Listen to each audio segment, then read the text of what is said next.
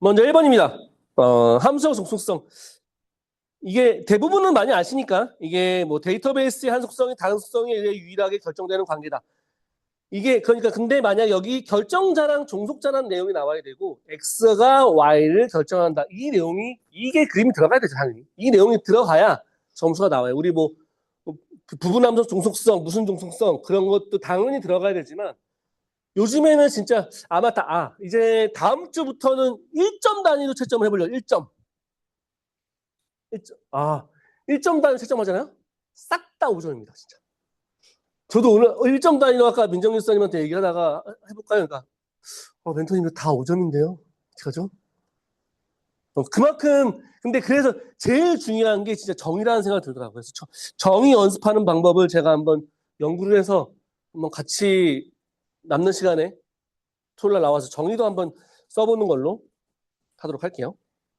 그래서 여기는 데이터베이스에서 한 속성이 결정자가 종속자를 결정하는 관계다. 그래서 x는 y를 결정한다. 여기는 부분 이행 결정자. 이게 나와야 돼요. 근데 여기 페포에 대해 그 암스트롱 공리에 대한 내용을 많이 쓰신 분도 계세요. 이거는 3단락에 들어가야 돼요. 이거는 반드시 3단락에 들어가야 돼요. 이거는 함수적 종속성이 아니라 함수적 종속성을 끌어내기 위한 규칙이니까. 끌어내기 위한 규칙이기 때문에 함수적 종속성은 이겁니다. 이거. 부분함 종속성, 이해함 종속성, 결정자 함 종속성. 이거니까 최소 이거 3개는 작성이 돼야 되고요. 그리고 몇 번 설명드렸지만 잠깐 설명드리면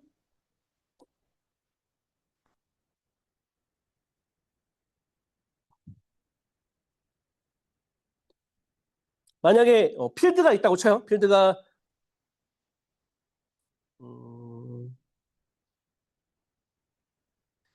A, B, C, D, E, F가 있을 때 A, B가 PK예요. PK. 그러면 PK가 결정자를 결정해야 되는데 만약에 가장 이상적인 원래는 A, B가 C를 결정한다. 이게 맞는 거죠. A, B가 같이 C를 결정한다. 왜냐하면 A, B가 둘 다 같이 PK이기 때문에.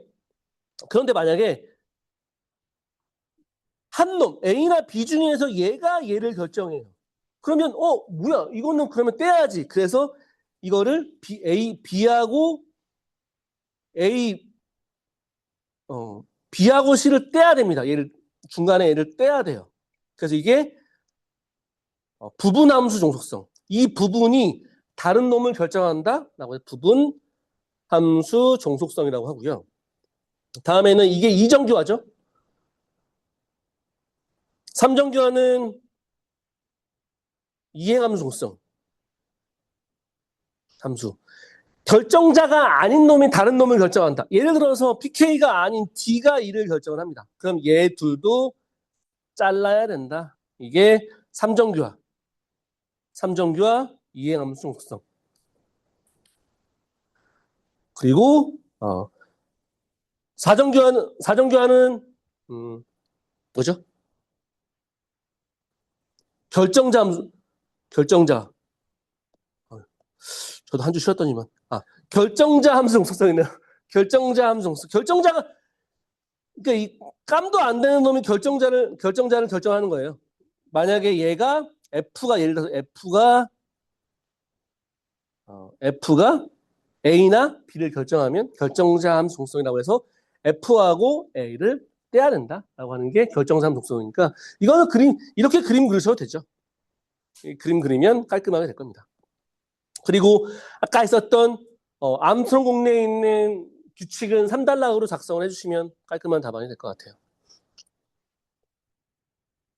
진짜 여기서 그냥 1정규화, 2정규화, 3정규화, 4정규화 한 다음에 부분함수성, 이함수성 그렇게 쓰면 한 6점 못 받아요. 이거는 진짜 문제가 어렵지 않은 문제이기 때문에 진짜 많이 이것저것 싹 다 적어줘야 점수가 고득점이 나오는 문제입니다. 제일 어려운 문제죠. 상대적으로 그러니까.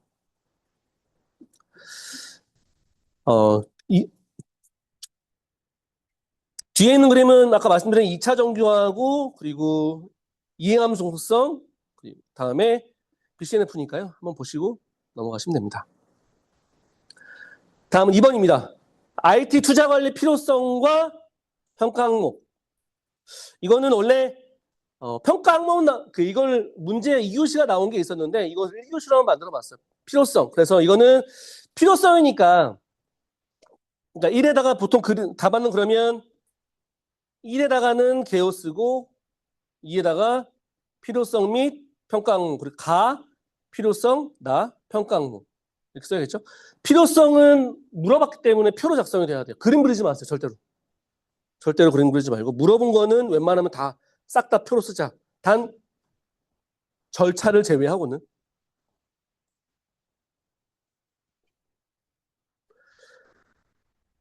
이거는 문제가 어렵지 않아서. 그리고 이거 투품이오. 이게 사실 투품이오가 이게 키워드일지 안 키워드일지 이게 옛날 키워드였는데 대부분 사람들은 이 지표를 많이 쓰기 때문에 이거 정도는 3단락에 써도 되죠. 투품이오는 반드시 IT 투자 평가 관리할 때는 반드시 들어가야 되는 거고. 그리고 또 하나 뭐냐면 IT 생산성 패러독스. IT 투자는 늘어났는데 실제 기업의 생산성은 저하되는 현상. 이 IT 생산성 패러독스라는 내용이니까 이 내용도 같이 적성이 돼야 되고요. 그럼 이제 지표나 뭐 정량적, 정성적으로 열심히 쓰시면 되겠죠. 이거는 만약에 이게 2교시형으로 나오면 사람들이 그림도 그리고 할 텐데 그림이 안 되니까 이거랑 어설픈 수식까지. 왜냐하면 이건 다 쓸 거니까. 이거는 진짜 강아지, 소나 다 쓰잖아요. 진짜 이거는. 그래서 여기 있는 말씀드린 어설픈 수식, 100% 완벽한 수식을 바라지 않습니다. 어설픈 수식을 쓰라는 거예요. 어설픈 수식을 작성을 하시면 되고요. 네, 잘 썼으니까 넘어갈게요. 그러니까 이게 요즘에는 이런 강글들이 요즘에 계속 보여서 많이 작성하는 것 같아요. 뭐 신규 비즈니스 착순을 위해서 투자와 기존 시스템 유지 보수 비용 간의 밸런스를 유지해야 한다. 좋은 것 같아요. IT에 대한 왜냐하면 투자도 중요한데 투자를 안 하려고 하잖아요. 기업에서 자꾸. 그러니까 투자와 유지 보수 간의 밸런스를 유지해야 된다. 그리고 투자를 했으면 그에 따른 투명한 책임성을 확보해야 된다. 되게 좋은 말 같아요. 이런 것들을 마지막 한글에 써주면 좀 있어 보이지 않을까요? 다음은 3번. RDMS와 NoSQL 비교. 아마 이게 지금 제가 해설지에 붙여놓은 건데 이거를 보시면 될 것 같아요. 여기 보시면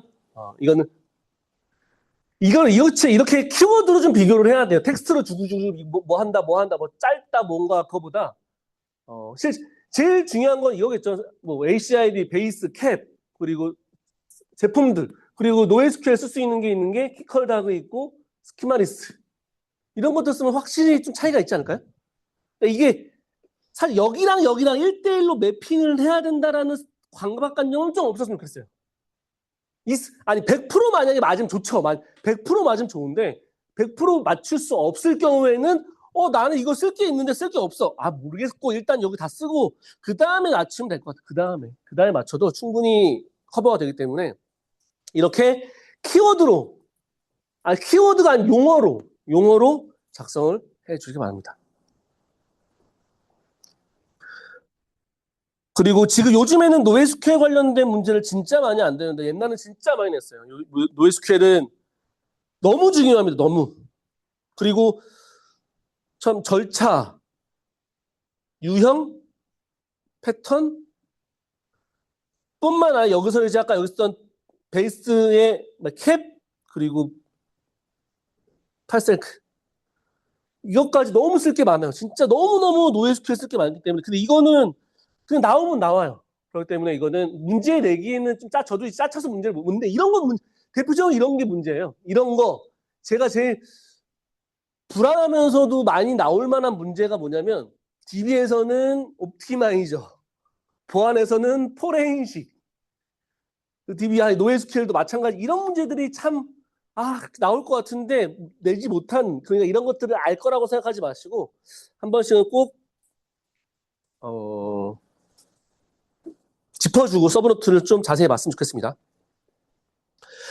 그리고 만약에 비교를 할 때 그림 그려야 되니까 SQL은 그냥 테이블 모양 이거 격자 모양 쓰면 되겠죠 이거? 이렇게 쓰면 테이블 거고 그리고 노에스QL 같은 경우는 키컬 다그 중에서 만만한 거 그래프 아니면 트리 그래프? 이렇게 그려도 어차피 완전히 표현이 다르기 때문에 충분히 그림으로는 커버가 될 수 있을 것 같고, 그리고 오늘 문제가 비교가 많다 보니까 그림을 왼쪽이랑 여긴 텍스트 다르고 그림을 똑같이 그리면 안 돼요. 우리는 그림만 보고 넘어갈 수 있기 때문에 꼭 그림을 여기는 네모 썼으면 여기는 세모로, 가로에서 세로로 갔으면 여기는 위에서 아래로, 이렇게 그림을 반드시 꼭 다르게 그리셔야 됩니다. 내용이 틀리더라도 서로 다른 것처럼 그려주시기 바랍니다.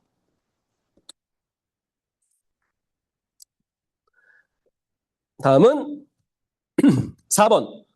국가 데이터 카탈로그. 이거 잘 써주시는 분도 뭐 간혹 계시더라고요.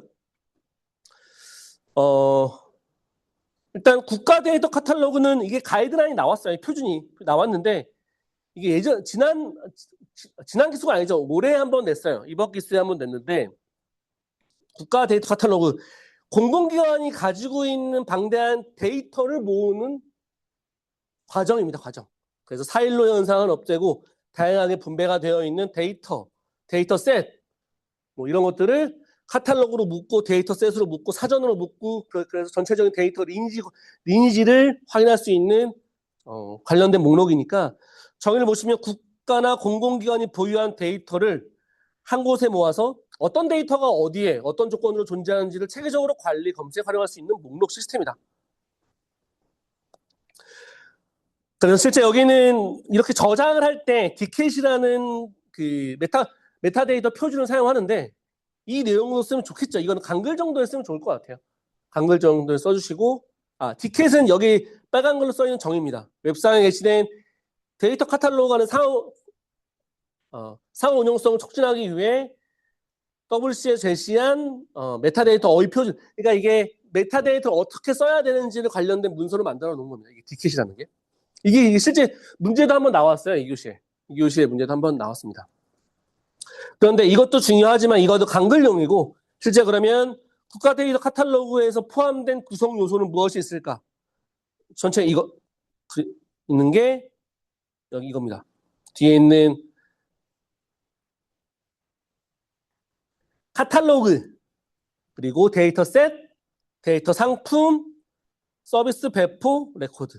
이거는 외워둘 만한 것 같아요. 그 세부 설명에 있는 것까지는 모르겠지만, 실제 데이터 카탈로그를 구성하기 위해서는 어떤 데이터들을 모아서 어떻게 처리하고, 흔히 말하는 데이터 리니지죠.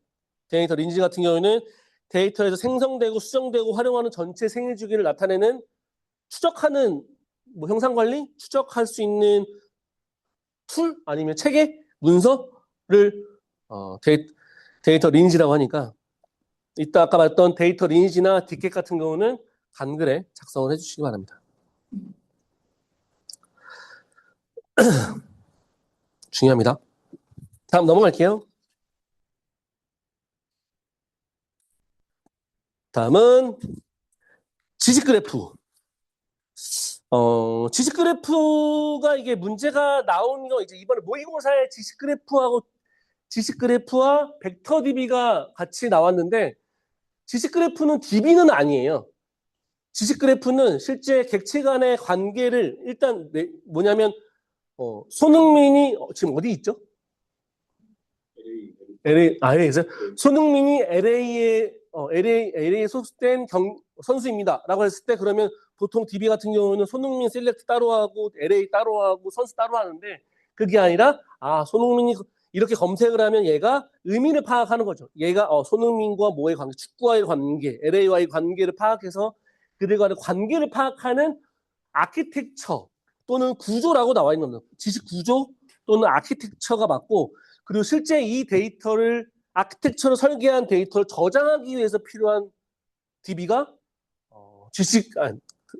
그래프 DB라고 보시면 되고요. 그러니까 그래프 DB 그래프 DB랑 지식 그래프랑 좀 헷갈리시면 안 돼요. 내용은 비슷해요. 내용은 비슷한데, 정의를 보시면 객체 관계 이런 것들을 정리해서 표현한 그래프다. 그런데 이거를 정의하기 위해서는 반드시 온톨로지에 대한 내용이 들어가야 돼. 예전에 우리 했었죠, 이거 온톨로지. 온톨로지 옛날에 엄청 했습니다. 온톨로지 그리고 온톨로지를 구성하기 위한 온톨로지가 그 어떤 설계도잖아요. 큰 그림을 이런 어떤 그림을 그리기 위한 설계도면 설계도를 바탕으로 해서 저장하는 문법이 RDF고 RDF 같은 경우는 주어, 수어, 목적어 이런 걸로 저장이 되고 저장된 데이터를 불러올 때는 스파크웰 같은 걸로 저장되어 있다고 하니까 온톨로지나 RDF, 스파크웰 이 내용들이 반드시 들어가셔야 채점에 좀 영향이 됩니다.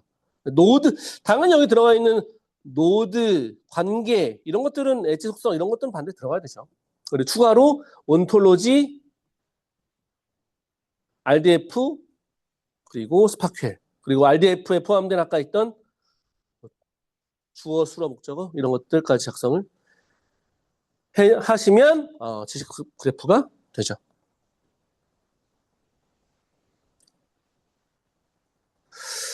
다들 피곤하셔가지고 한 문제만 하고 쉴게요. 한 문제만 하고 조금 이거는 이번에 모의고사 나온 거예요. 이번에 모의고사 나온 건데 지식 그래프 보면 개념을 보시면 엔티티와 노드와 엣지로 지식을 구조하여 표현, 저장, 추론하는 그래프 기반의 표현 체계다.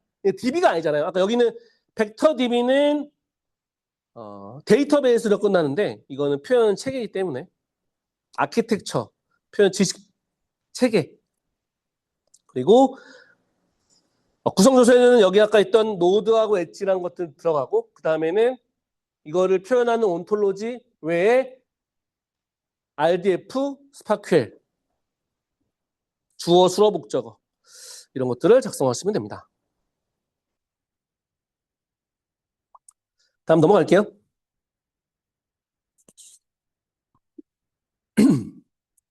올랩과 OLTP 이거는 사실 뭐 SI 하시는 분들이랑 개발하시는 분들은 너무나 잘 아시는 문제라서 그런데 먼저 정의를 한번 볼게요. 제가 정의를 적어놓은 게 있는데 OLTP 같은 경우에는 OLTP예요. TP가 앞단에 있는 거죠.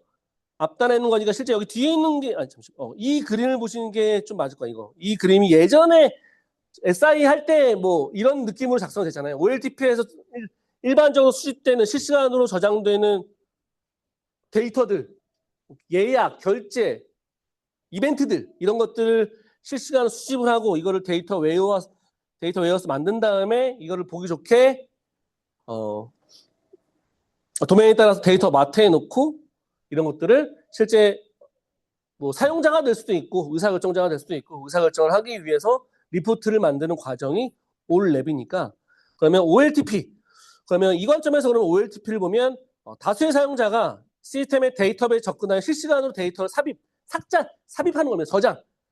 실시간으로 데이터를 저장해서 트랜잭션 중심의 업무를 수행한다. 트랜잭션이라는 내용 꼭 들어가셔야 되고 그리고 OLAP는 OLTP에서 저장이 된 데이터를 기반으로 그럼 그 데이터는 데이터 웨어하우스 만들어졌겠죠. 그러면 데이터 웨어하우스 같은 통합된 저장소에서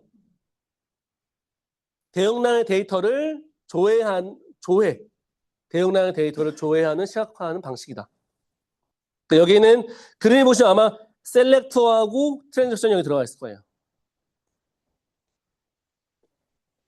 근데 그림을 이렇게 그리지 말라는 말씀이죠. 올랩하고 있는데 그림을 이렇게 똑같이 그리지 말고 하나는 이렇게 위아래로 그리란 말이죠. 위아래로. 하나는 셀렉트, 하나는 트랜잭션.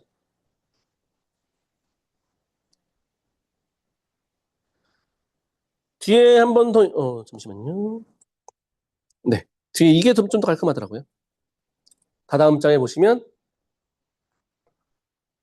OLTP 트랜잭션. 그리고 여기는 대용량은 셀렉트 검색, 대용량의 데이터를 검색한다. 그리고 기능 원리 OLTP는 트랜잭션 HID가 당연히 중요하고 그리고 올랩 같은 경우에는 썸도 하고 모도 하고 해야 되기 때문에 집계 그래서 여기 들어가 있는 드릴 다운이나 롤업 이런 것들 들어가는 겁니다. 이게 드릴 다운, 롤업, 슬라이스, 다이스, 피봇 이런 것들 그냥 기능이에요.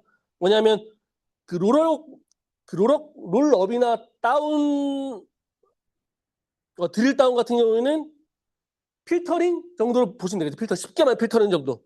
더 상위 항목을 집계한다. 더 세부 항목으로 집계한다라고 하는 그냥 기능 중에 하나입니다. 그래서 만약에 여기에는 올레벤은 이런 것들 써주시면 좋아요. 올레벤은 드릴 다운, 롤업, 슬라이스, 다이스, 피봇 뒤에 있어요? 여기 있네요. 이런 것들을 넣어주시면 좀 더 좋죠. 그리고 여기서 조금 더 확장해서 나오면 어차피 이게 올랩 같은 경우에는 다차원 모델링 DW에서 나온 거기 때문에 DW에서 나오는 것 중에 중요한 것 중에 하나가 이게 정규화가 되어 있다 보니까 너무 조인이 오래 걸려서 비정규화를 한다라고 하는 게 나온 게 이번에 2교시 나온 다차원 모델링이죠. 다차원 모델링. 다차원 모델링의 스노우 플레이크나 스타스키마 이게 여기까지 들어가면 쓰신 분도 계세요. 저는 이 관계를 모르시는 분도 많을 줄 알았는데 이 관계를 쓰신 분도 많더라고요. 올 레벨은 만약 다차원 모델링과까지 들어가면 진짜 완전한 100% 답안이죠. 그리고 예전에는 에몰랩 그런 것도 많이 썼어요. 에몰랩, 아롤랩 이런 것도 많이 썼는데 지금은 많이 안 써요. 지금 많이 안 쓰는데 그래서 올랩은 꼭 기억해 주시면 좋겠습니다. 올랩은 쓸 게 많으니까 대량의 데이터를 검색하기 위해서 사용한다. 다음은 BIA. BIA 중요하죠. 근데 BIA에서 중요한 게 대손복필 중요하죠. 근데 대손복필 가나를 그렇게 쓰면 채점할 게 없어요. 근데 그러니까 가에는 대손복필을 쓰고 그리고 그 BIA를 하기 위한 지표 RTO, RP를 써요. 당연히 그게 가장 핵심이에요. 핵심. RTO, RPO가. 그리고 하나 이게 우리가 쓰는 BCP 이 그림 진짜 많이 써요. 제업제비라고 해서 엄청 많이 쓰는데 항상 고민이 됩니다. 저도 공부할 때 우리 반 사람들하고 도대체 BCP는 도대체 뭐가 맞냐? 프레임워크, 절차 뭐 되게 많았던 것 같아요. 기능. 도대체 뭐가 맞나? 근데 프레임워크라는 말보다는 일단 절차는 알아야 되고 절차는 이거 보통 어떤 걸로 정의할지 모르겠지만 각자 암기했던 거 있으면 암기하시고 그렇지 않으면은 이걸로 없는 사람들은 이걸로 암기하시면 될 것 같아요. 있으면 상관없고 그리고 BCP 중에 분석할 때 장애가 발생했을 때 여기 위험 분석이랑 영향도 분석 BIA 여기가 있다. 대부분 이렇게 그림 많이 그렸어요. 이렇게 쓰고 이렇게 화살표 한 다음에 여기에 BIA 이렇게 쓰시는 분도 많이 있습니다.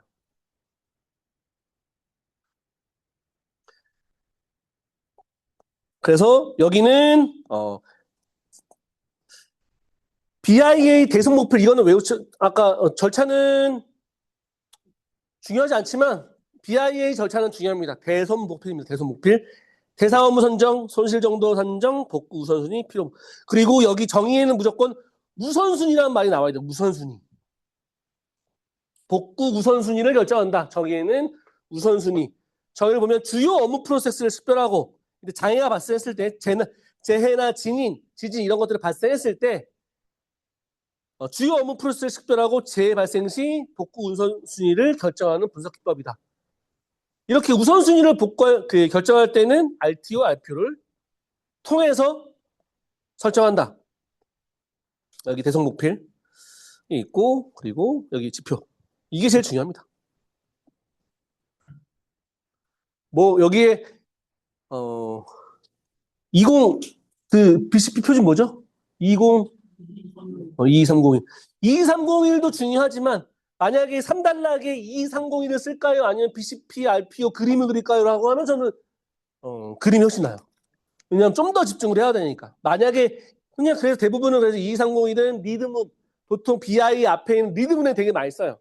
좋은 거죠, 되게. 그러니까 꼭 쓰고 여기 미러 핫까지 다 써주시면 됩니다. 그리고 우리 소설 문제를 한번 써보고 싶은데 소설을 이게 우리가 1, 2교시 시험 보잖아요. 소설을 넣을까 아니면 3교시에 소설을 볼까 그 고민을 하거든요. 어떻게 생각하세요? 싫어하는 사람도 있겠지만 여섯 문제를 딱 정하고 소설을 두 개는 그러니까 네 문제를 6개 주지 말고 4개를 주고 2개를 그냥 법을 안 쓰자. 아니지. 네 문제를 주고 네 문제를 주고 소설을 썼으면 좋겠는데 그래서 그러니까 네 문제만 내는 거죠. 이효정을 네 문제만. 선택이 하지 마라. 어? 아니 근데 무슨 필수로 하고? 아니 2교시 때 6개를 주는 게 아니고 4문제를 주는 2교시 때 이렇게 써. 아니 두 개는 해당 도메인 그리고 두 개는 해당 도메인의 소설 만들어서 어떻게 나요? 3교시의 소설 보는 거 말고? 네 개를 써야 멘탈이 갈린단 말이에요. 네 개를 써야 된다니까. 소설 네 개를 써야. 아 4개의 소설이 나와요. 6문제 전부 다 소설을 써서 소설을 써야. 근데 그러면 해당 그러면 도메인에 맞는 소설 한번 만들어 볼까요? 그러니까 요번에 문제가 다 하나는 알겠는데 하나는 모르는 거예요. 그런 식으로. 가는 아는 너, 나는 한 소설 그렇게 요번에 그 2, 3, 4교시가 거의 다 하나 알겠는데 하나는 모르는 게 많더라고요. 그렇죠. 소설이 많으니까. 네? 제 마음이 좋아요. 제일 중요한 건 뭐뭐스럽게예요. 아까 말씀드린 채점 기준, 그 소설의 채점 기준은 저는 뭐뭐스럽게 있어 보이는 용어. 왜냐하면 정답이 없잖아요. 정답이 없으니까 그거에 맞는 제가 보기에 그럴듯한데? 라고 하는 게 채점 제일 만점이죠. 그럴듯한 거. 정답이 없기 때문에. 근데 그거는 글 잘 쓰는 사람이 유리하긴 해요. 사실 상대적으로. 그런데 쓰다 보면 그것도 늡니다. 제가 명확한 게 한 게 민정기 수사님이 예전에 했을 때 소설 문제를 매주 6문제 썼어요. 매주. 4문제씩 매주. 혼자서. 그때 민정기 수사님 막판 되니까 한 6번 정도 썼는데 막판 되니까 확 올라오더라고요. 뭐뭐스럽게가 되더라고요. 옛날에는 성격 알잖아요. 완전 티라서 기술만 다 발라버려. 그런데 기술만 발라버린 것들을 뭐라고 하니까 점점 기술에 뭐뭐스럽게가 나오더라고요. 그래서 6문제? 아니면은 정숙님처럼? 여러 문제도 두 문제도 그다음에 그 필수로 들어가지고 아니 필수로 들어도 안 써요. 내가 쓰라고 해도 안 쓰더라고. 필수라고 그냥 명시해도 안 쓰더라고. 여기서 안 쓴 사람들. 하려면 4문제에서 2문제의 소설 내던가 아니면은 정숙 누나 말처럼 모든 문제에 소설 하나씩 넣던가. 모든 문제 소설을 모든 문제 소설 전체.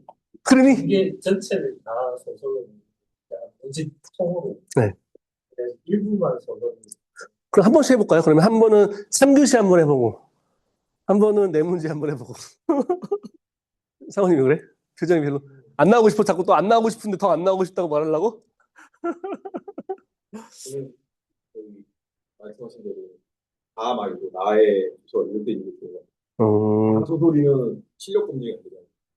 내가 키워드 그러니까 그게 키워드 기반으로 소설 쓰는 게 맞죠. 키워드 기반으로 소설 쓰는데 한번 그거는 의견 들었으니까 제 멘토님들하고 얘기해보고 어떤 게 좋을지를 한번 고민해보고 한번 결정해보겠습니다. 왜냐면 소설이 점점 필요하다는 생각이 들어요. 저는 소설 별로 안 좋아하거든요. 무슨 소설이야, 정답이 넣으면 되지. 알게 뭐야. 했는데 점점 문제가 좀 그렇게 나와서.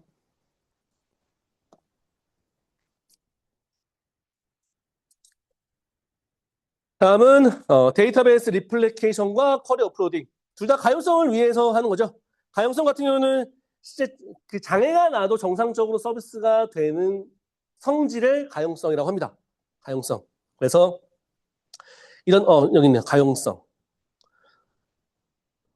먼저 리플리케이션 같은 경우는 데이터를 DB를 복사한다고 보시면 될 거예요. DB를 통으로 하나를 더 만든다? 뭐 하나를 더 만들지, 2개를 더 만들지 모르겠지만 어쨌든 내가 장애가 났을 때 다른 놈이 서비스를 옮길 수 있도록 대체로 백업 서버를 여러 개 만든다. 그때 쓰는 방법이 여기 있는 마스터 슬레이브가 있지만 그 외에도 프라이머리, 세컨더리, 그리고 마스터 슬레이브 하나 더 있는 게 멀티 슬레이브. 이런 DB를 복제할 때 이렇게 유형이 나눈다는 겁니다. 마스터 하나 두고 뭐 슬레이브가 여러 개 있냐? 아니면 마스터가 여러 개 있냐? 아니면은 여기 있는 프라이머리, 세컨더리가 여러 개 있냐? 근데 보통 여기에는 복제할 때는 여기 있는 잠시만요.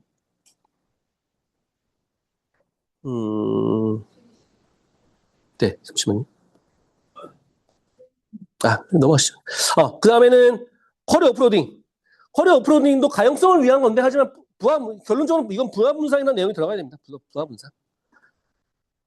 이거는 그 마스터 슬레이브라는 구조랑은 좀 다르죠. 마스터에서는 보통 업데이트, 인서트의 역할을 하고, 그 외에 슬레이브에서는 셀렉트, 대부분. 그래서 우리 옛날에는 이것도 문제를 많이 안 냈어요. 예전 진짜 많이 냈는데. 그래서 이게는 보통 셀렉트에서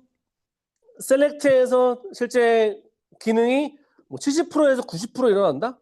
이렇게 썼던 기억이 났던 것 같아요. 보통 마스터는 10%에서 30% 정도의 기능을 하고 그런 트랜지션이 발생을 하고 슬레이브는 이렇게 발생을 하기 때문에 여러 개의 슬레이브로 구성이 돼서 여기에 로드 밸런싱이 들어간다. 그리고 마스터 DB에는 스테이징 DB가 들어가고요. 스테이징 DB 그 중간에 CDC. 이거는 뭐 잘 썼을 거니까. 하지만 중요하죠. 중요합니다. 가용성, 성능, 업데이트, 복제. 다음은 DPR 그리고 PI입니다.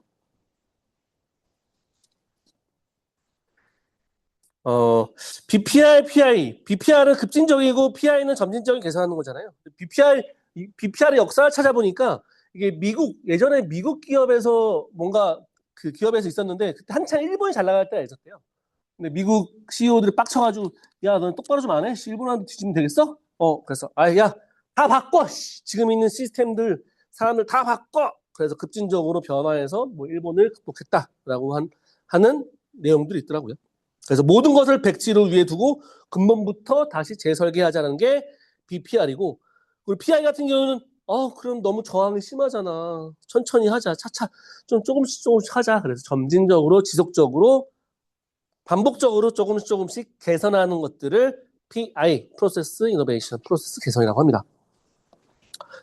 그래서 여기서는 그러니까 BPR은 제로 베이스라는 내용이 들어가야 되고, 제로 베이스 급진적 원타임 체인지 좋죠. 어쨌든 이렇게 돼야 극적인 성과를 더 낼 수 있으니까. 그래서 근본적인 재설계, 전면적인 재설계, 그래서 급진적 혁신, 이런 내용들이 들어가면 좋을 것 같고요.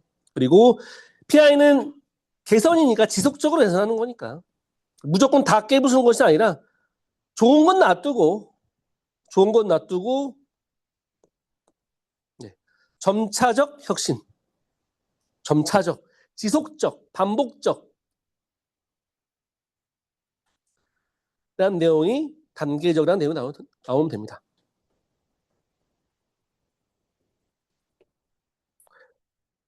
이거는 제가 채점을 하진 않았는데 이거는 아마 몇 번 예전에 많이 내서 잘 썼을 거라고 생각합니다. 다음 넘어갈게요. 오늘 DB랑 IT 경영 낸 거는 진짜 완전 기본 중에 기본이죠. 완전 기본 중에 기본.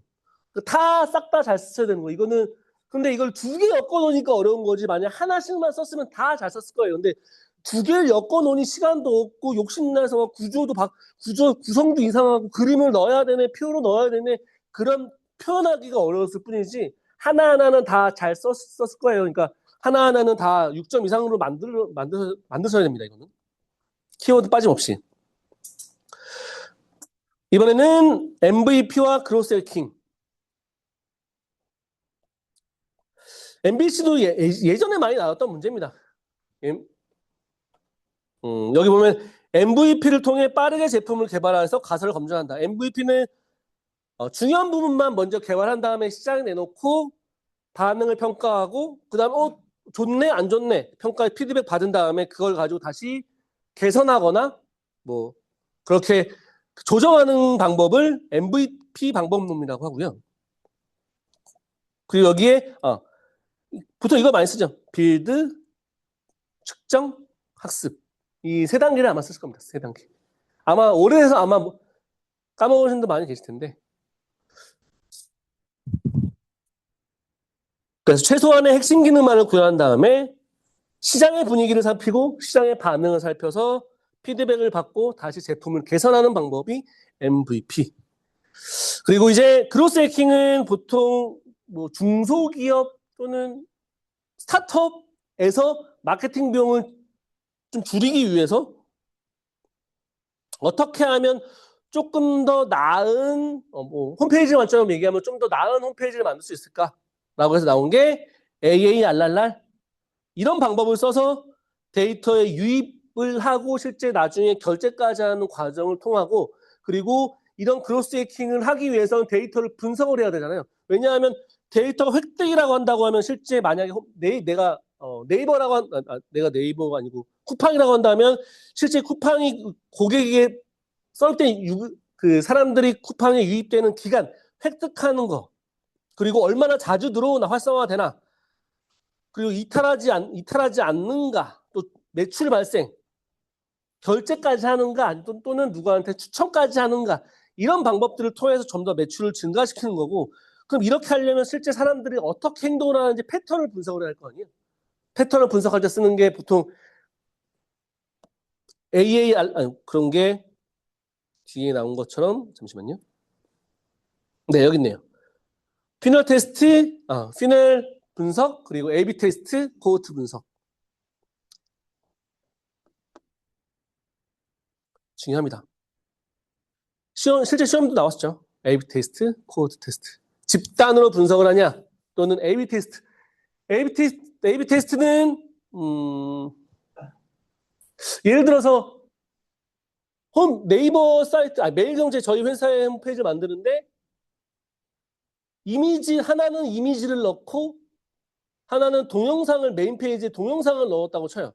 근데 이거를 뭐 웹서버나 아니면은 그 구글 어널리스트 같은 데 설정을 해놓고 뭐 한 번은 이거 노출시키고 한 번은 이거 노출시켜서 어떤 사람들이 좀 더 유입이 좀 더 많은지 트래픽이 좀 더 많고 PV가 좋은지를 확인할 수 있게 하는 게 A/B 테스트라고 보시면 되죠. 그리고 실제 이런 것들을 사용할 수 있는 툴들이 여기 있는 툴들이고요. 구글 아직도 씁니다. 이거는 구글 어널리스트. 구글에서 엄청 밀어요. 많이 쓰시는 분도 있겠지만 서치 콘솔 마찬가지고 대부분은 다 홈페이지에 성능도 마찬가지지만 홈페이지에 접속률도 높이고 결과적으로는 뭐냐면 언론사도 그렇고 그리고 흔히 포털도 그렇고 먹고 사는 비중들이 많이 없어요. 매출이 많이 발생하는 게 없거든요. 보통 매출은 언론사의 매출 같은 경우에는 보통 광고가 보통 매일경제 저희 같은 경우 광고가 한 50%라고 보시면 돼요. 50%. 엄청 많습니다. 광고가 뭐냐면 그 네이버 그 구글 광고, 구글에서 붙이는 광고들, 구수입들이 굉장히 어마어마하거든요. 그리고 또 하나 뭐냐면 이거는 뭐 모든 포털에서 나타나는 건데 포털이 이거는 그냥 참고 삼아.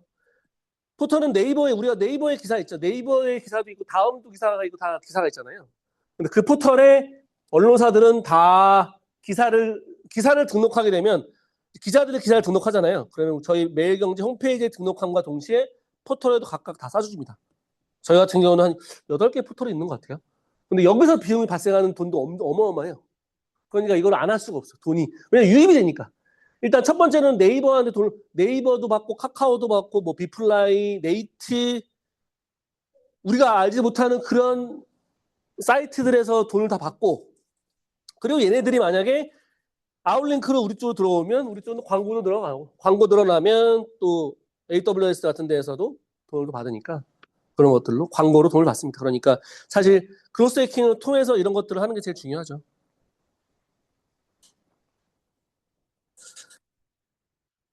다음은 디지털세.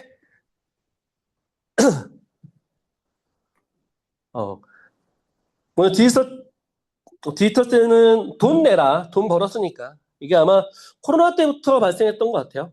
여기 보니 썼던 게 조세 정의 실현, 과세 재분배, 조세 회피처 무력화 이런 내용들은 사실 이런 내용들 저는 개인적으로 좋아해요. 사실 아까 저는 항상 뭐 그 제가 에너지 그런 거 말할 때 그린피스 얘기 나오고 그런 얘기 많이 하잖아요. 있어 보이는 용어들 저는 그래서 있어 보이는 용어들 그런 것들이 있으면 좀 더 읽기가 편하고 좀 더 있어 보이더라고 답안지가. 그래서 어쨌든 온라인 만약에 구글 좀 전에 말한 구글이 만약에 우리나라에서 매출을 내면 너네 그냥 우리나라에서만 돈 뜯어가지 말고 우리나라에서 돈을 내라고 하는 겁니다. 우리나라 세금 내.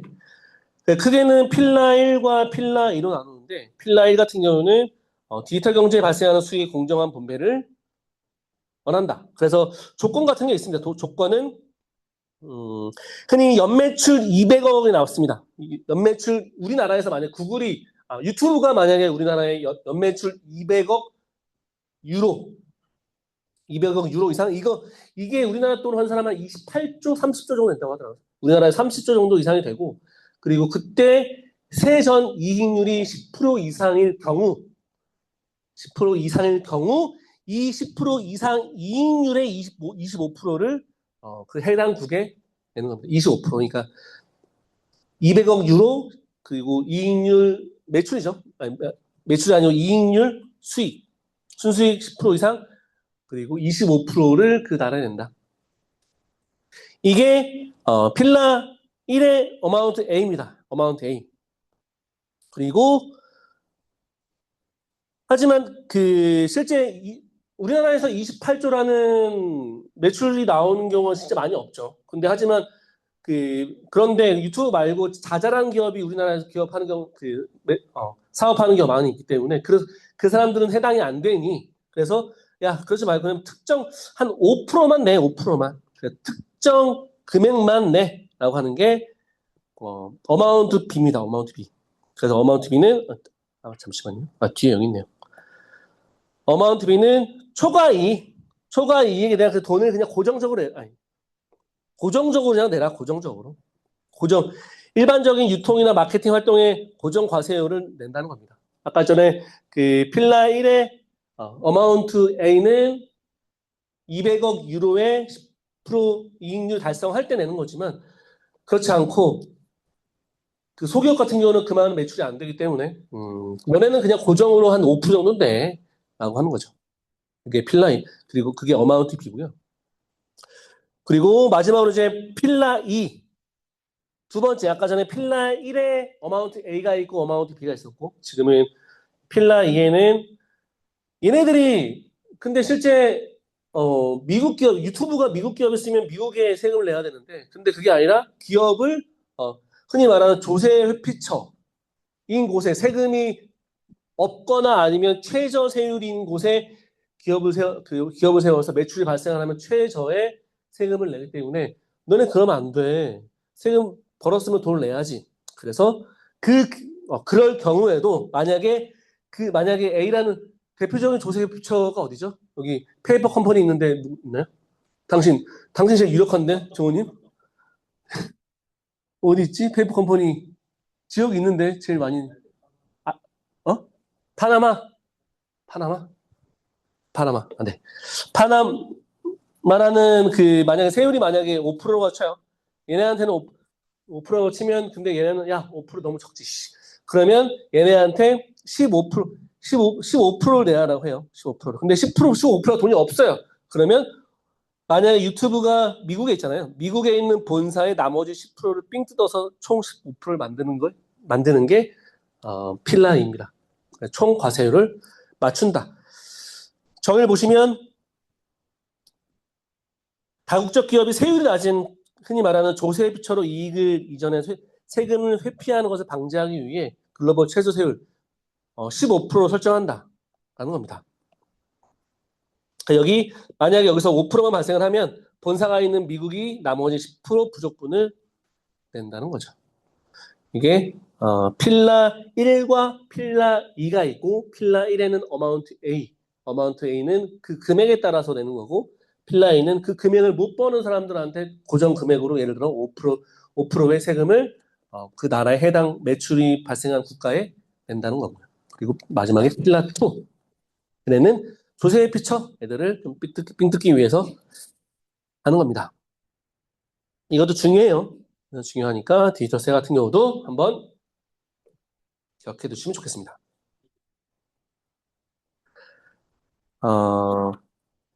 다음은 데이터 표준화 필요성과 기대 효과입니다. 원래 필요성과 기대 효과인데 이거 둘 다 소설이라서 필요성과 구성 요소로 바꿨어요. 그냥 이런 거 필요성스럽게 쓰는 게 중요하다고 말씀드렸죠. 이게 필요성이 뭐냐면 뭐 불일치, 결여, 좋습니다. 이런 건 좋은 것 같아요. 그러니까 제가 쓴 거는 데이터 품질 확보, 해소, 준수, 증가, 해결. 그러니까 이런 것들이 그냥 필요성이라는 것 같아요. 그러니까 앞에 있는 내용들은 사실 그렇게 중요한가? 왜냐하면 정답이 없잖아요. 이게 데이터 표준화에 대한 내용은 다 아니까 데이터 통합이 아니라 데이터 통합 필요라는 관점으로 쓰라는 거죠. 그리고 기대효과는 말고 기대효과도 만약에 여기 있는 의사소통, 감소, 향상, 용이 기대효과니까 증대, 활용성 증대, 효율성 제고, 거버넌스 강화 이런 것처럼 쓰시면 되고요. 그리고 구성 요소는 우리가 알고 있는 이거. 구성 요소는 오랜만에 문제를 냈는데 데이터 표준화뿐만 아니라 데이터 거버넌스 지난번에 했던 거버넌스와 그리고 데이터 표준화 구성 요소는 꼭 기억해 두시기 바랍니다. 이건 암기 영역입니다. 이건 암기 영역. 데이터 표준 그리고 데이터 표준 관리 조직 그리고 표준 절차가 있는데 데이터 표준은 더 많은 내용들이 있긴 해요. 더 많은 내용들이 있긴 한데 이 정도만.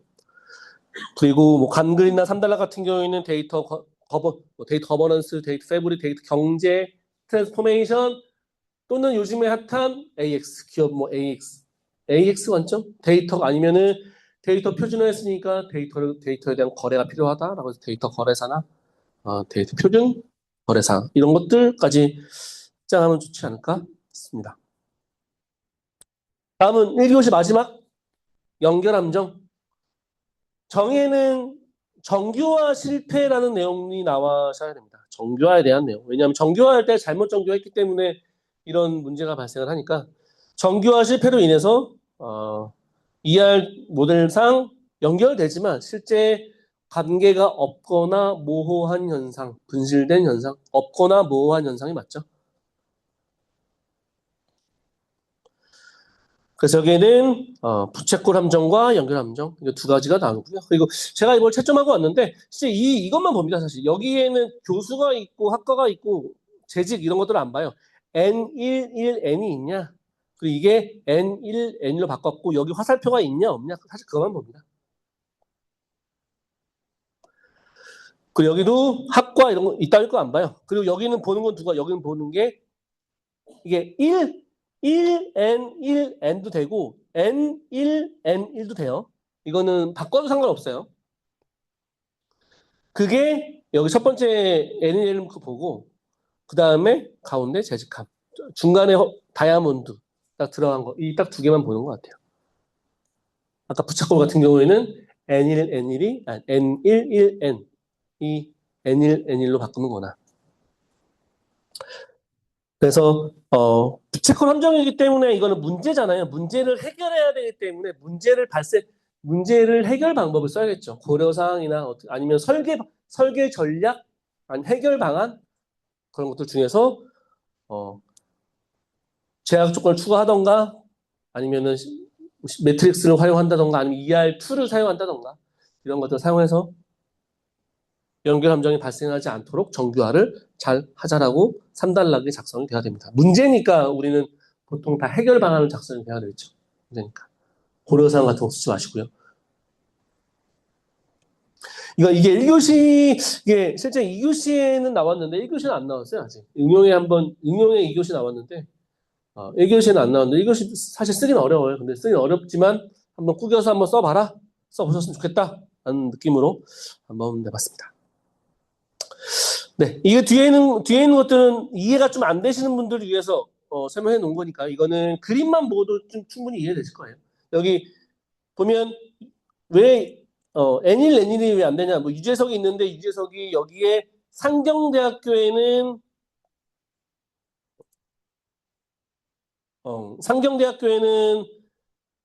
그 소속인 줄 알겠는데, 그럼 실제 유재석이 어디야? 소속이 어딘 거야? 건축과야? 기계공학과야? 그럼 이걸 정확하게 모르잖아요. 그러니까 이거를 바꾸자는 겁니다. 바꾸자고. 이 두 개를. 두 개 바꾸면 이제 유재석이 경영학과의 상경대학이다, 공과대학이라고 할 수 있겠죠. 바꾸면. 이런 사례니까 한번 사례 보시고, 그럼 이해되실 겁니다. 다음은 2교시 넘어갈게요.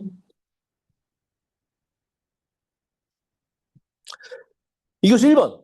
2교시 1번은 이번에 모의고사의 문제 나온 겁니다. 그런데 내용이 나쁘지 않아서, 내용이 사실 이게 어떻게 보면 소설과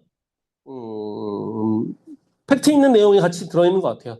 반철 조건 같은 경우는 소설이긴 하죠. 이게 문서가 나온 게 있긴 한데 사실 소설이고, 그리고 중간에 있는 공간 자료, 이거는 우리 시험에 나왔죠. 실제 여기 2교시 시험에 문제가 나온 거기도 하고, 미치는 영향도 소설인데, 먼저 고정밀 지도, 여기 문제가 나온 게 최근 정부가 1대 5천 척도 고정밀 지도의 국외 반출에 대해 조건적 허용을 결정하였다. 이와 관련하여 다음은 설명하라.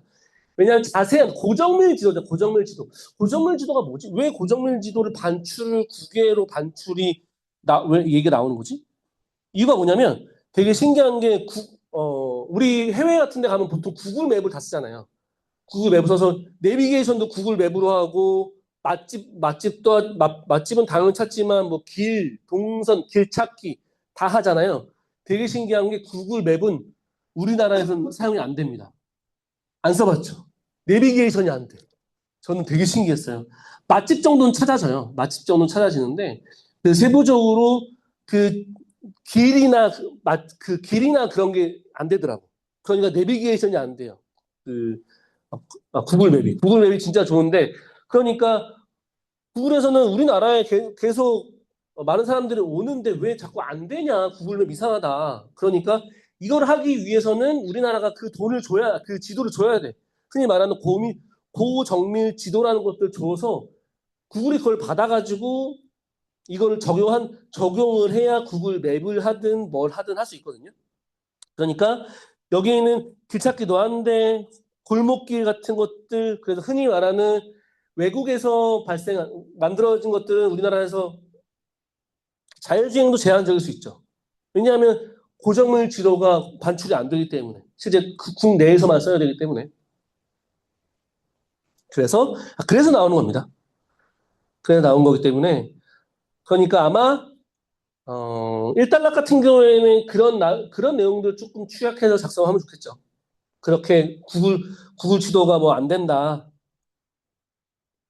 이런 것들을 좀 배경에 넣고, 그래서 구글에서는 좀 달라라고 해서 지금 그래서 2026년도 2월 달에, 올해 2월 달에 주기로 했답니다. 주기로 했는데 어떤 조건으로? 특정 조건, 어디에는 반입하면 안 된다. 뭐 국가 기밀 정보는 비식별 처리해야 된다. 뭐는 어떻게 해야 된다. 그런 조건으로 해서 활용을 해라라고 해서 구글에 제공을 해줬다고 하더라고요. 아직은 제가 어저께만 해도 구글 맵으로 이거 강의 준비하면서 구글 맵 지도 보니까 아직도 내비게이션 안 되더라고요. 아직 적용 안 됐겠죠, 그러면. 2월 달에 줬으니까. 2월 27일 날 줬다고 하더라고요.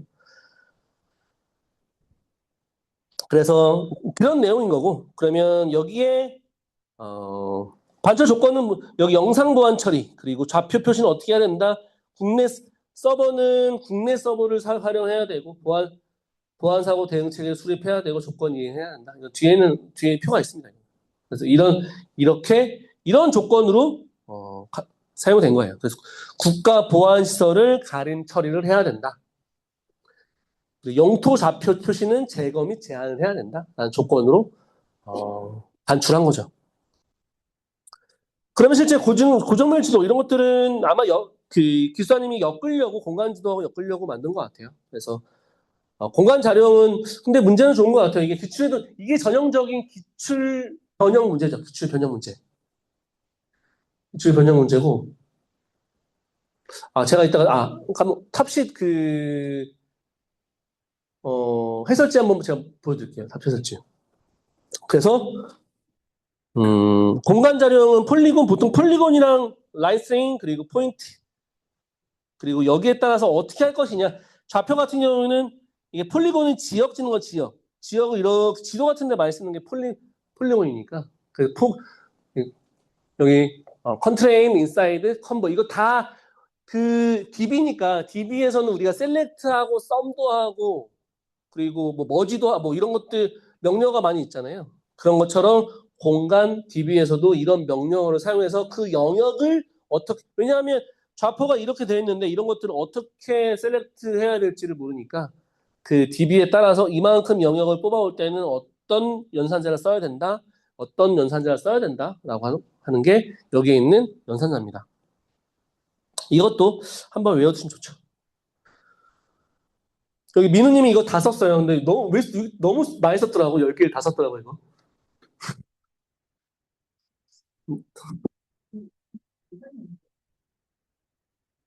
아, 이거요?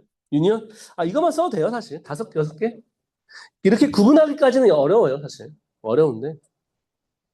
한 5개, 6개? 10개까지는 알 필요 없죠. 하지만 여기 있는 자료형은 알아야겠죠, 자료형은. 대표적으로 폴리곤하고, 폴리곤은 무조건 들어가죠. 폴리곤이나 포인트 정도. 아, 폴라포? 괜찮네요, 폴라포. 그리고 여기 있는 이제 우리나라의 정보가 이제 국외로 반출되었기 때문에 미치는 영향이 충분히 있겠죠. 그러면 이게 여기는 순기능, 역기능. 좋은 것 같아요. 순기능 있고 역기능. 우리나라의 정보가 외국으로 갔으니까. 역기능 같은 경우는 군사 및 보안 시설에 노출된다. 군사 활동에 악용 가능. 이거 보세요. 그냥 이거 영향이니까 노출되고 가능이 있고 논란이고 문제고 위축되고 약화되고 약화된다. 이런 느낌. 그리고 좋은 것들 이거는 문제니까 계속 엮이니까 문제 위축 약화라는 내용이 나오는 거고 숨기는 활성화 재투자 촉발 고도화 동기화 발판 편입 촉진 이런 종교로 끝나면 됩니다. 이런 종교로 내용은 뭐 그때 생각날 때 쓰는 거고 이건 외우는 게 아닌 거고 그 관점 그때 당시의 관점으로 이렇게 활성화돼 이렇게 촉발이 돼 고도화가 돼 관광산업 고도화 대표적인 거겠죠. 관광산업 고도화. 다음 넘어가겠습니다. 반출 조건 이렇게 나와 있어요. 영상 보안 처리는 어떻게 해야 된다. 좌표 표시하는 어떻게 해야 된다. 국내 서버 보안 사고 대응 조건 이행 관리는 이렇게 해야 된다는 것들을 표현하고 있습니다. 이것까지는 정확하게는 알 수 없어요. 정확하게 외우지는 않아도 되는데 그냥 저는 고정면 지도가 왜 국외로 반출에 대한 이슈가 발생을 했는지만 그 느낌만 좀 아셨으면 좋겠다라고 생각해서 이게 왜냐하면 정답을 쓸 게 없거든요. 이거는 나의 주장을 쓰는 문제가 나올 거라서 지금처럼 문제가 나올 거라서 사실 이건 외우는 문제는 아니죠. 그냥 개념적으로 이런 게 있구나 느낌만 아시라고 했습니다. 그리고 이거 하나만 더 칠게요. DQ 인증과 공공 데이터를 섞어놨습니다. 이번에 한번 섞어봤습니다. 원래 DQ 인증 따로 공공 데이터 따로 했었는데 2개 한번 섞어봤고요. 먼저 그럼 DQ 인증 같은 경우에는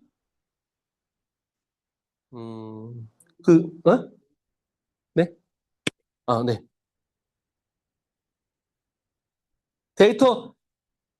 데이터 내용과 관리 체계에 대한 DB를 평가하는 거죠. DB. 데이터 베이스를 평가하고 수준을 평가하고 품질을 인증하는 절차가 DB 인증입니다. 그러면 이것도 되게 한 2-3번 했는데 어렵잖아요. 근데 명확하게 데이터 내용과 관리 체계 2개가 있다는 거 먼저 알아야 돼요. 데이터 내용과 관리 체계가 있다라고 하는 일단 2개가 나와야 되고 그리고 내용 중에서는 그러면 어떤 내용인데 너네 데이터가 있는데 어떤 데이터인데 데이터 베이스는 공공 데이터예요. 제가 좀 헷갈렸네요. 이거는 네.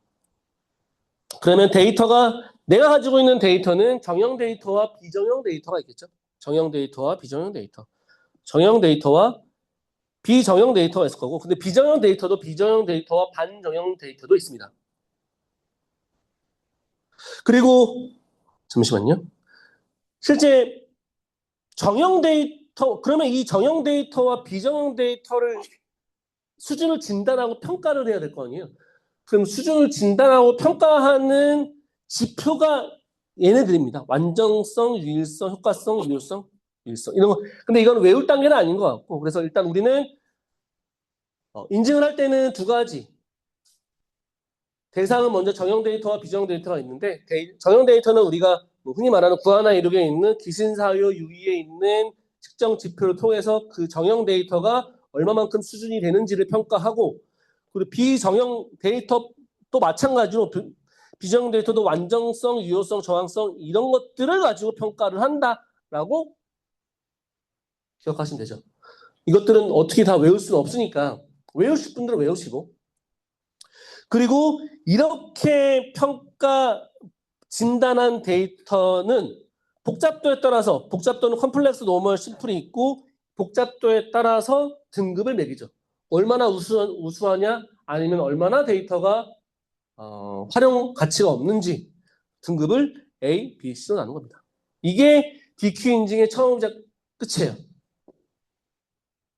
아니죠. 하나 더 있죠. 관리체계.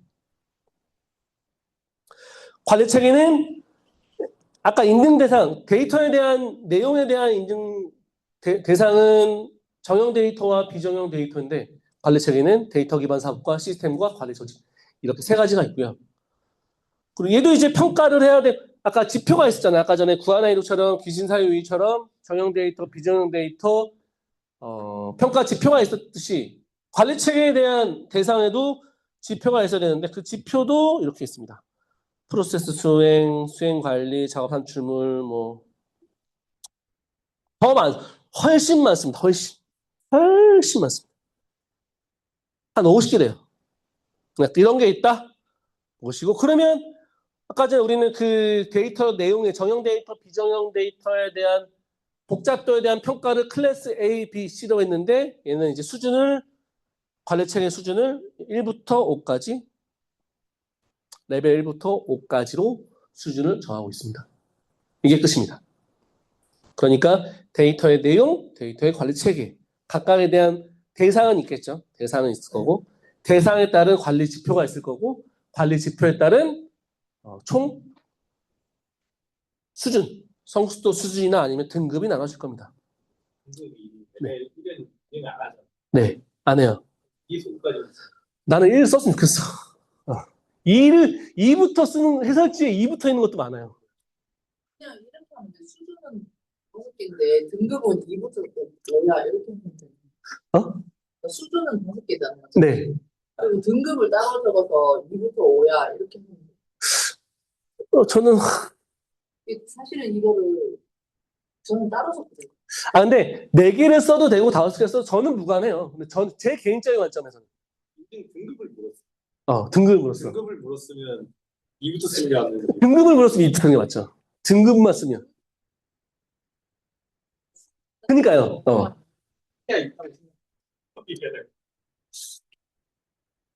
설명을 안 하네. 저는 개인적으로 썼으면 좋겠어요.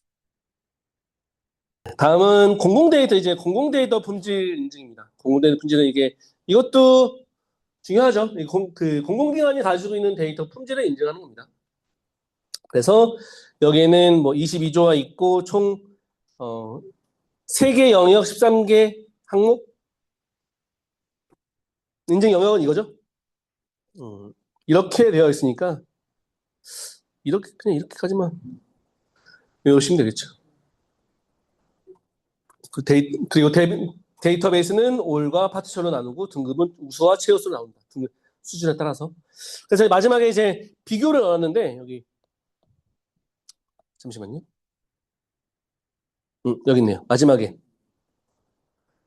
비교를 넣었는데, 비교는 여기 그냥 딱 떨어지는 것 같아요. 공공데이터 품질 인증, DQ 인증, 그리고 여기 법률도 제일 중요하죠. 법률 주체 주관은 사실 행안부나 과기정통부나 니아나 어디서 써도 상관없을 것 같고, 그리고 심사 영역이나 인증 등급, 저 두 부분은 법률과 영역과 등급, 이 부분을 차별화했으면 되겠죠. 제일 차별하게 할 수 있는 게 법 조항과 이거겠죠, 이거? 등급이 명확하게 나눠지니까 이게.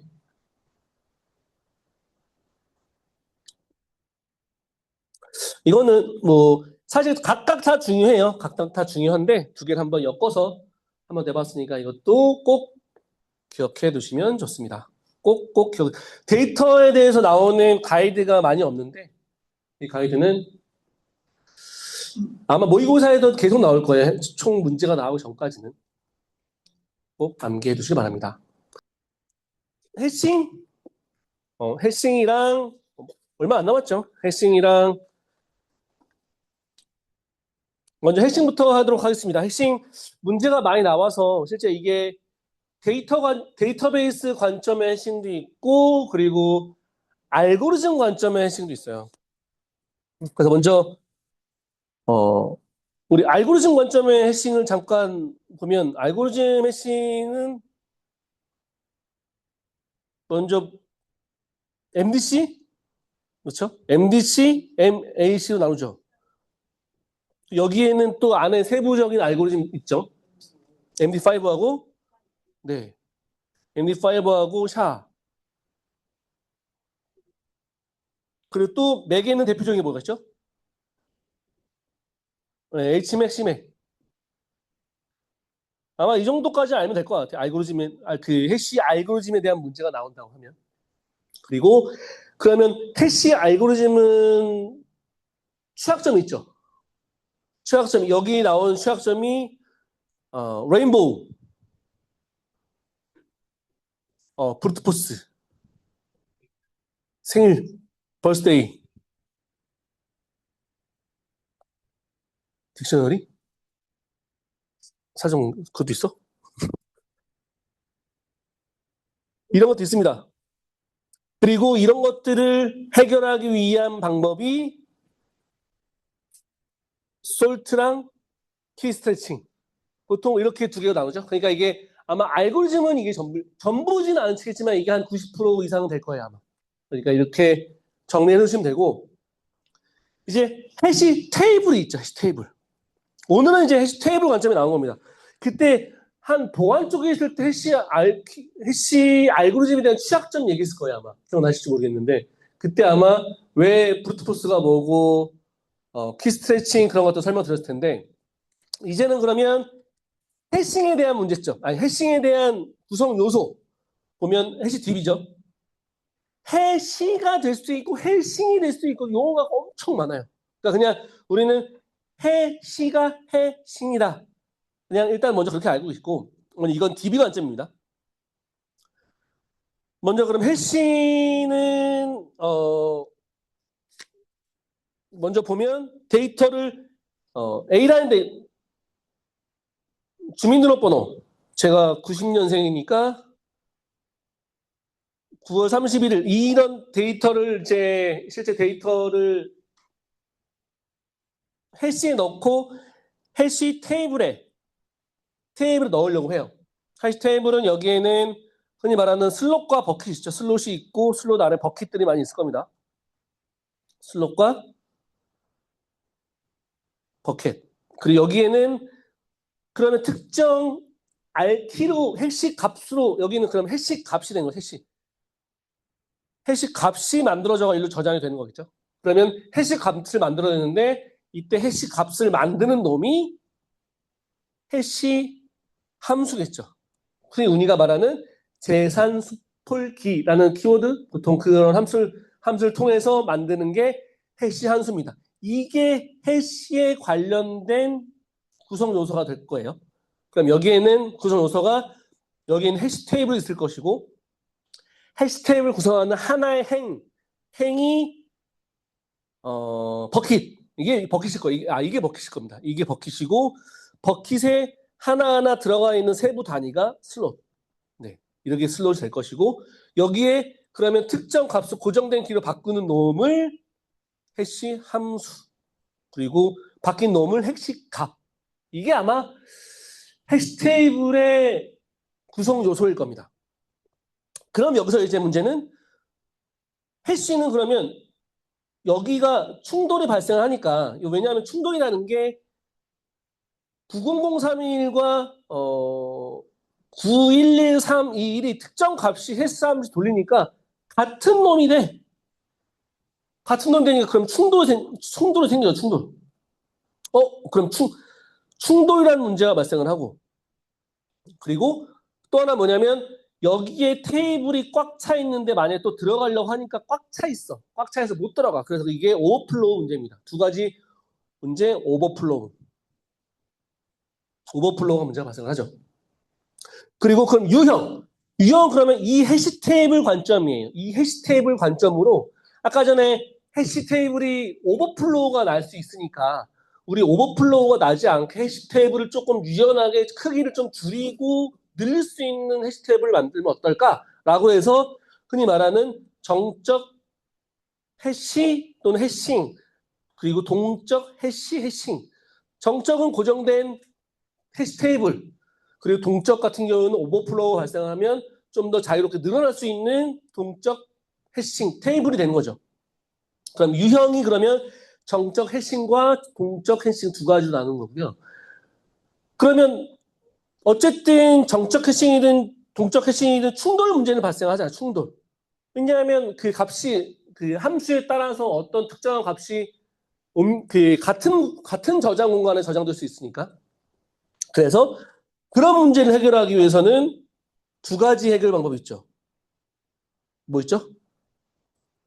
개방 폐쇄, 오픈, 개방이 오픈인가요? 폐쇄, 폐쇄. 네. 폐쇄, 여기서 체이닝이 개방인가요? 폐쇄인가요? 폐쇄죠. 폐쇄. 여기가 체이닝. 해결하는 방법이 두 가지. 여기 세부적으로 더 있겠지만, 그 가지는 개방, 폐쇄 두 가지 방법이 있는 겁니다. 이게 해시 DB의 전체적인 내용이고, 앞에 있는 내용이 해시 알고리즘의 전체적인 내용이라고 보시면 돼요. 사실 이렇게만 정리가 되면 조금 더 편할 겁니다. 이거 해시 문제가 자주 나오기 때문에. 그리고 확장적 해싱, 그때 문제가 확장적 해싱이 나와요. 확장적 해싱은 그냥 동적 해싱, 동적이라는 말이 아까 늘어난다고 했잖아요. 동적, 정적, 동적. 여기 정적, 동적 해싱 중에 한 놈이 그냥 확장형 핵심이다. 그냥 동적 해싱이라 보셔도 돼요. 이거 똑같이. 한 유형이긴 한데 이걸 더 유형으로 나누자니 그러면은 제가 이거 열심히 찾아봤습니다. 그러면 동적 해싱에는 확장형 해싱이 있으면 정적 해싱 뭐가 있어? 정적 해싱은 스태틱형 해싱이 있습니다. 이건 말도 안 되고 그러니까 그냥 동적 해싱은 확장적 해싱이다. 이렇게 유형이 나눈다고 보시면 돼요. 이런 관점으로 이제 보시면 내용이 좀 편해지죠. 먼저 이거는 해싱 개념의 구성 요소, 해싱 오버플로우 해결 기법. 먼저 해싱 개념 같은 경우는 이메일 길이의 값을 해시 함수 고정으로 만든 재산수 풀기를 사용하여 고정된 크기의 값으로 변환 및 저장하는 기법을 해시라고 합니다. 그리고 여기는 구성 요소는 해시키, 해시 함수, 해시 버킷, 슬롯 이런 것들이 있고 그리고 구체적으로 얘기하면 해시 함수에 대해서 좀 더 명확하게 작성하면 되겠죠. 재산수 풀기. 쓸 게 많으니까.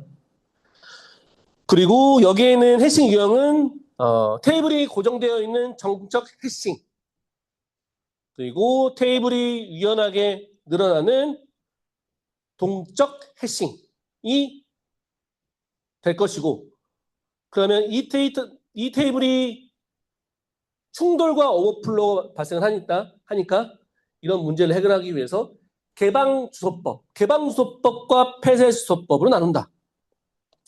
크게 개방주소법에는 선제의된 또는 직접 간접 이렇게 암기하시죠. 그냥 간단하게 설명드리면 개방주소 같은 경우에는 잠시만요. 뒤에 아마 그림 하나 그렸을 텐데 여기 있네요. 이게 개방주소입니다. 이게 개방주소. 개방주소는 뭐냐면 이거는 내가 저장을 했을 때 만약 여기 스미스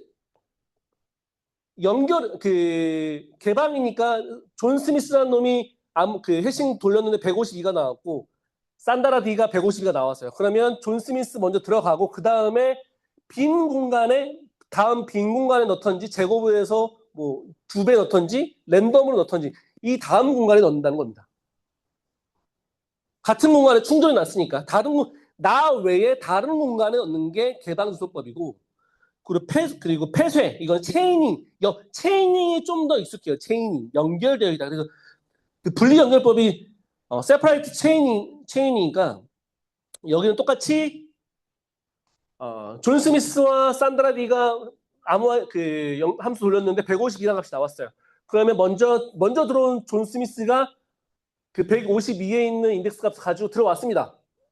그런데 또 똑같이 산드라 D가 150으로 들어왔어요. 그러면 아까는 그 개방소법은 얘가 빠져있는 인덱스 버켓에 넣을 텐데 그게 아니라 얘하고 연결시켜서 체이닝해서 얘의 하위나 연결시켜서 값을 넣는 게 폐쇄 주소법. 흔히 말하는 세퍼레이트 체인입니다. 이게 해결 방법이니까 그 해싱에 대한 알고리즘과 DB 관점 그 각각 구성 요소들을 꼭 기억해 주시기 바랍니다. 됐나요? 감사합니다. 고개 끄덕이셨어요.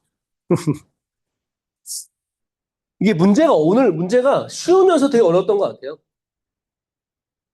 다음은 반정규화. 이 문제를 보고서 되게 많은 생각을 했습니다. 왜냐하면 반정규화와 그 다차원 모델링과의 관계를 조금 알기가 사실 되게 어렵거든요. 여기서 만약에 데이터 모델링 절차와 여기까지만 나왔으면 근데 문제는 쓰기 쉬웠을 거예요, 아마. 그런데 스타 스키마와 스노우 스키마 여기까지는 왜 연결되었느냐? 아까 전에 이게 아마 스타 스키마와 스노우플레이크가 반정규화의 한 종류라서 그래요. 한 종류라서. 그런데 이게 한 종류라고 엮지 말고 아까 전에 있던 DW하고 엮어야 돼요. DW. 올랩, 그러니까 DW와 올랩. 아까 전에 대량의 데이터를 조회한다고 했잖아요. 대량의 데이터를 조회할 때 막 각각 정규화돼 있어서 정규화돼 있다 보면 올랩으로 만약에 내가 셀렉트 할다 보면 만약에 뭐 10년 전 거에 대한 그 매출을 뭐와 뭐로 뭐 썸에서 어떻게 표현하라라고 하면 몇 개의 테이블을 조인해가지고 만들어내서 굉장한 시간이 오래 걸 수밖에 없어요. 그러니까 올랩 관점에서 여기서 만약에 비정규화를 할 때 실제 데이터베이스를 비정규한다라고 보기보다는 여기는 DW 관점에서 비정규화를 할 때 쓰는 아키텍처가 스타 스키마와 그리고 스노우플레이트 그 두 개가 있다고 보시면 될 것 같아요. 이게 그냥 이거를 반정규화로 엮으면 안 돼요. 일반 반정규화. 그러니까 제가 많이 찾아보고 해설지도 많이 봤는데 그러면 반정규화 기법에 스타 스키마가 들어가지 않을까? 스타 스키마가 다차원 모델링. 어차피 스타 스키마와 스노우플레이크가 큰 차원에서는 다차원 모델링이니까 다차원 모델링 안에 유형이 스타 스키마와 스노우플레이크 스키마로 나누기 때문에 그러면 반정규화에도 다차원 모델링이 들어가지 않을까 생각했는데 열심히 찾아봤는데 그렇게 반정규화는 맞지만 일반적인 SQL 차원에서는 아니라고 하더라고요. 그렇기 때문에 우리는 반정규화를 할 때는 무시하고 만약에 얘는 DW 관점에서 또는 올랩 관점에서 데이터에 대한 성능을 향상시키기 위한 반정규화 기법이다라고 보시면 될 것 같아요. 그렇게 이해하시는 게 가장 좋더라고요. 저도 이해하기가 되게 힘들었거든요, 사실. 처음에 이게 예전에 봤다가 갑자기 좀 꼬여서 문제를 냈는데 그래서 좀 보다 보시면 해설지가 조금 이해가 될 수 있을 거예요. 같이 한번 보시죠. 먼저 반정규화. 반정규화는 성능이죠. 성능을 위해서 하는 거고. 그리고 필요성 같은 경우에는 필요성스럽게 모델링은 요게 놈을 쓰면 되고요. 그리고 필요성은 감소, 최소화, 속도 향상, 극대화, 속도 극대화, 속도 향상 이런 말을 써야 됩니다. 필요성이니까 뭐뭐스럽게 향상 극대화 뭐뭐스럽게 필요성스럽게 그리고 절차는 대다합함. 대다합함 말고 그 안에 태컬관 기법 중에 태컬관 병분추이 다 작성을 해야 돼요. 반정교환은 그냥 반드시 그 태컬관만 쓰시면 안 돼요. 태컬관 안에 있는 병분추이까지 다 작성을 해야 됩니다. 그 세부적인 기술까지. 세부적인 추가 방법까지. 그러면 다차원 모델링이 뭐냐? 다차원 모델링은 스타트스키마와 스노우플레이크인데 데이터웨어 DW 같은 데서 구축 시에 차원과 사실로 나눠서 이를 주변부 올랩이 가능 데이터 모델링. 어쨌든 다차원 모델링은 스타스키마와 스노우플레이크로 나눈다고 했잖아요. 그러니까 이게 또 헷갈려. 만약에 스타스키마는 다차원 모델을 만들기 위해 기존에 있는 데이터베이스를 비정규화해서 이렇게 만들어 놓은 겁니다. 이렇게 만들어 놓은 겁니다. 그런데 쓰다 보니까 이렇게 비정규화를 해 놓으니 여기서 또 문제가 발생해요. 왜냐하면 이렇게 다 그 비정규화를 하면 성능은 좋아질지 모르지만 보통 일관성이나 무결성은 살짝 떨어지긴 하죠. 왜냐하면 중복도 많이 발생을 하니까. 그래서 여기서 조금 더 정규화를 해보자. 너무 이게 성능 관점으로 되어 있으니까 스타 스키마를 조금만 더 정규화를 시키자라고 해서 나온 게 스노우플레이크입니다. 목적이 얘부터 나오고 그 다음에 스노우플레이크로 넘어가시면 그게 좀 더 돼요. 왜냐하면 그냥 유형이 갑자기 딱 정규화. 왜냐하면 이거는 누가 봐도 비정규화잖아요. 이건 무조건 정규화잖아요. 조인되고 연결됐는데 왜 이렇게 두 가지로 나누지? 근데 그래서 연결을 스타 스키마로 처음에는 다 쪼개놔서 합쳐놔서 중복을 허용했다가 이렇게 하다 보니까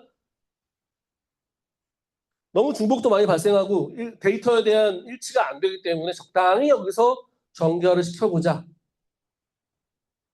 그래서 여기 정의를 보면 스타 스키마 구조에서 차원 테이블을 부분적으로 정규화하여 차원 테이블이 치는 전상? 차원 테이블이 가지를 치는 형태? 네. 부분적으로 정규화한다. 부분적으로.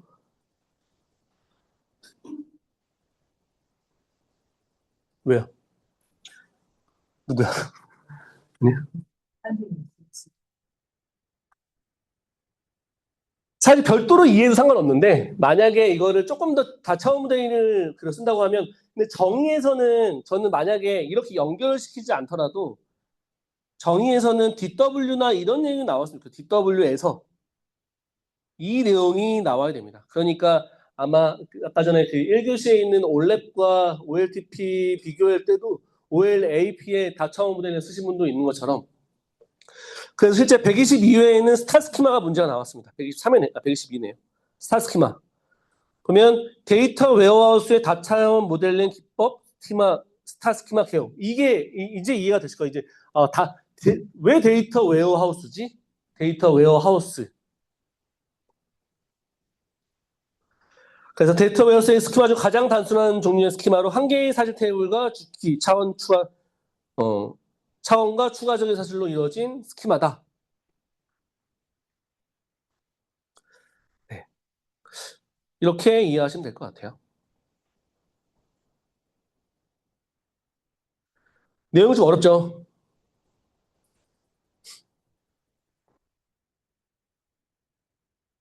다음 넘어가겠습니다. SLA는 이번에 00 SLA 나왔죠? 잘 썼어요? 안 들어왔어요? 지금 들어왔어? 그 수아님도 들어가셨다가 그러니까 수아님이 SLA를 좋아하시는 것 같아요. SLA 자체를. 백제에서도 SLA랑 냈었는데 되게 잘 쓰시더라고요. SLA는 중요한 것 같아요. 그러니까 SLA 이번에도 나왔고 뭐 백제에도 나왔고 그냥 기본적인 SLA라도 그냥 간단하게 기억해 두시면 좋을 것 같습니다. 그 서비스 제공자와 고객 간의 서비스 수준을 목표로 한다. 그래서 여기는 제일 중요한 건 구성 요소겠죠. 여기를 그래서 그 고객과 서비스 수준을 맞추기 위해서는 어떤 구성 요소가 필요한지 대표적으로 SOW랑 SLO 그리고 SLM 이게 가장 대표적인 거죠. SLI는 없네요. SLR, SOW, SLO, SLM.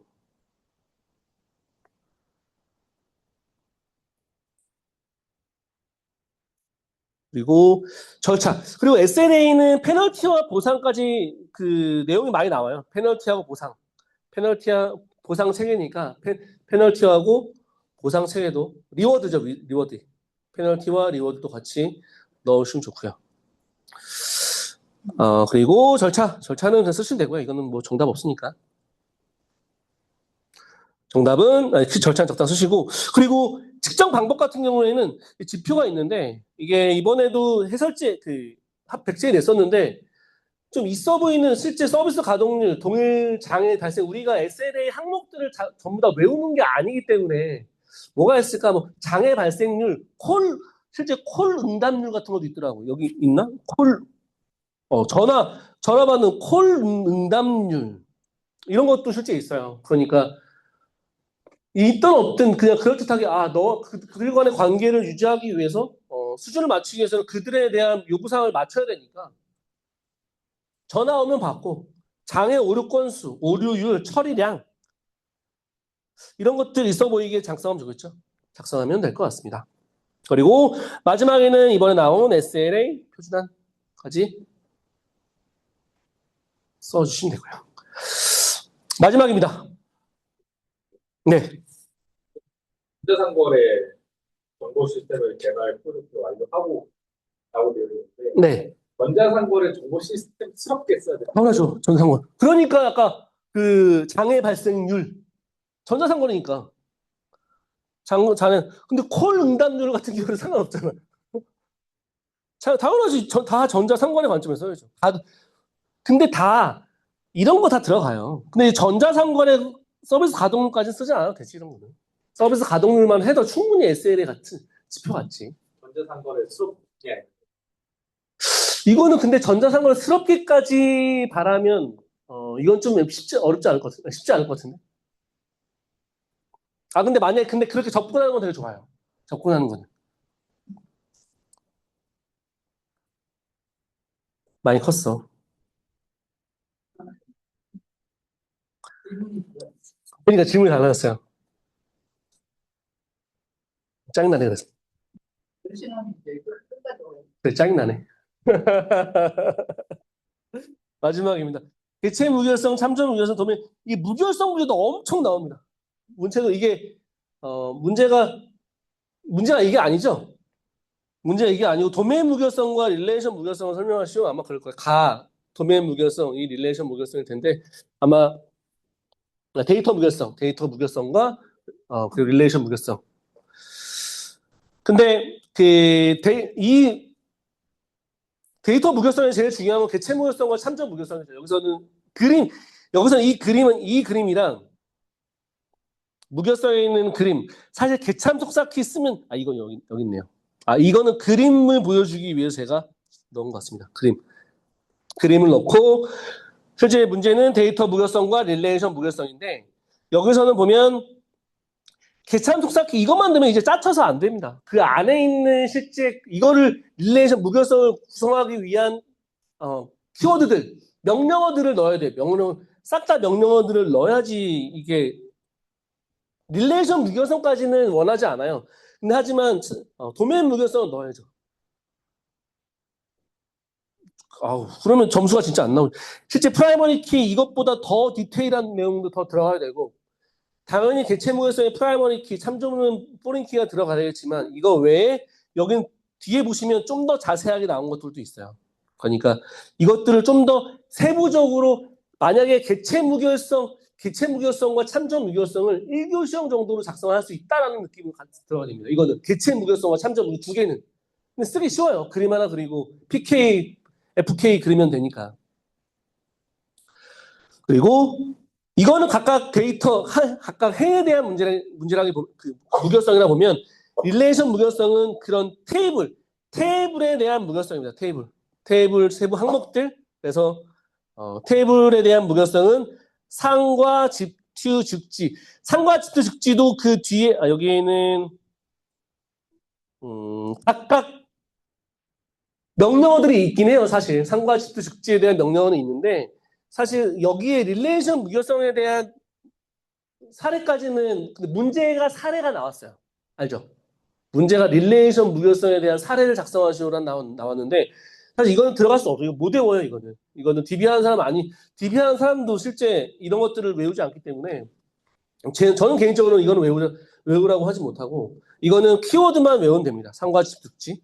하지만 데이터 무결성에서 개체 무결성과 참조 무결성 이거는 기본 중에 기본이기 때문에 기본이기 때문에 1교시적으로는 반드시 작성을 할 수 있어야 됩니다.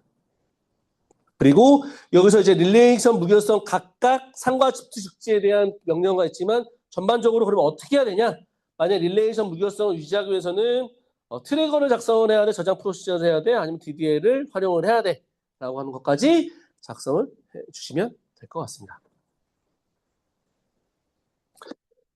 무결성 시리즈들은 진짜 중요해요. 근데 무결성이 대부분 아까 있었던 도메인 무결성과 릴레이션 무결성 두 가지밖에 없어요. 두 가지밖에 없고 그리고 도메인 무결성에서는 개체 무결성, 참조 무결성을 1교시적으로 좀 알아놓고 그리고 릴레이션 무결성에서는 그 키워드만 두만 따서 외워두시면 될 것 같습니다.